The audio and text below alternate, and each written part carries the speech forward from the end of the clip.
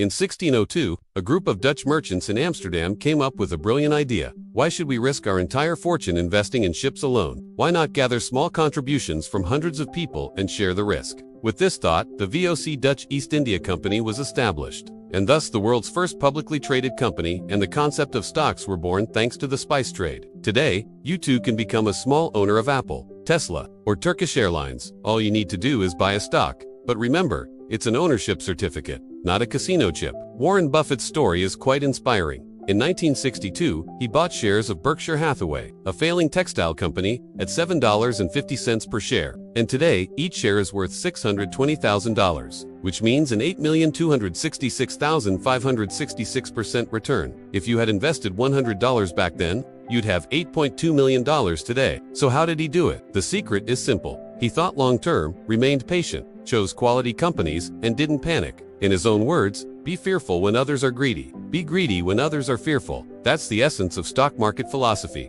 You earn from stocks in two ways. First is dividends, meaning when the company makes profit, it distributes to shareholders. And second is capital appreciation, meaning the stock rises from $10 to $15. For example, if you had bought 10,000 shares of Zyscam at 2.5 TL in 2020, total 25,000 TL. When the share price reached 15 teraliters in 2023, you'd have 150,000 teraliters, 500% gain. Plus, assuming you received 5% annual dividends over 3 years, your total profit would be 128,750 teraliters. But let's look at the other side. Say you invested in Marathon Digital, a Bitcoin mining company, in 2021, and the stock dropped from $50 to $10. That's an 80% loss. Here's the reality. Risk and reward always come together. In Turkey, Borsa Istanbul BIST operates with over 500 companies trading from every sector. The BIST 100 index was around 90,000 points in 2018 and reached 1.6 million in 2021. But this is in Turkish lira terms. In dollar terms, the situation is different. That's the inflation illusion. When you buy stocks, you become a partner in that company with voting rights.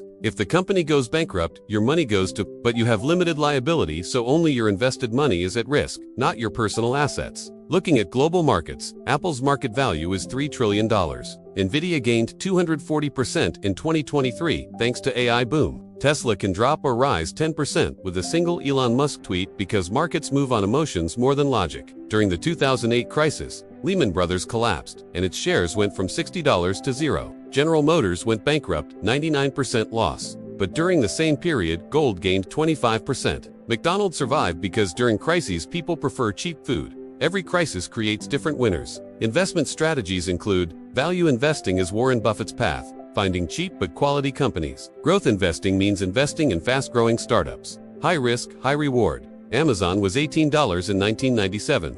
Today it's $170 but experienced 90% drops along the way. Dividend investing is ideal for regular income. Companies like Coca-Cola have been paying dividends for 50 years. Index investing means investing in the entire market. The S&P 500 has provided an average 10% annual return over the last 100 years. Of course, there are risks. Companies can fail. Enron, Wirecard scandals. Markets can crash, dropped 34% during COVID. Your sector can become obsolete. Kodak missed digital transition. Regulations can come. Unpredictable shocks can happen. Turkey has additional risks. Currency risk, political uncertainties, inflation, liquidity problems. Yet BIST 100 has provided 300% return in dollar terms over the last 20 years. The Japanese stock market teaches an important lesson. The Nikkei 225 index reached 38,915 points in 1989. Then the bubble burst and fell to 7,000 in 2009, a 20-year loss. The lesson is, recognize when bubbles form. Don't believe those who say this time is different. Chinese investors made leveraged purchases in 2015, bought stocks with borrowed money. The market collapsed and millions lost everything.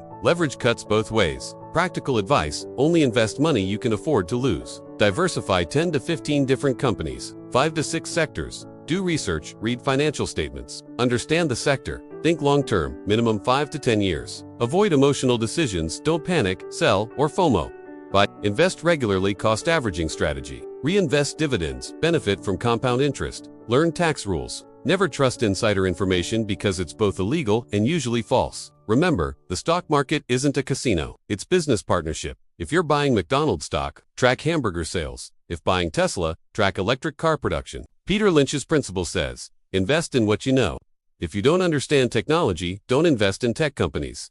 Use your advantage in sectors you know. Now take action. Open a brokerage account. Start with a small amount. Gain experience. Learn from your mistakes. And remember, to get rich in the stock market, you need patience. Those who rush usually lose everything.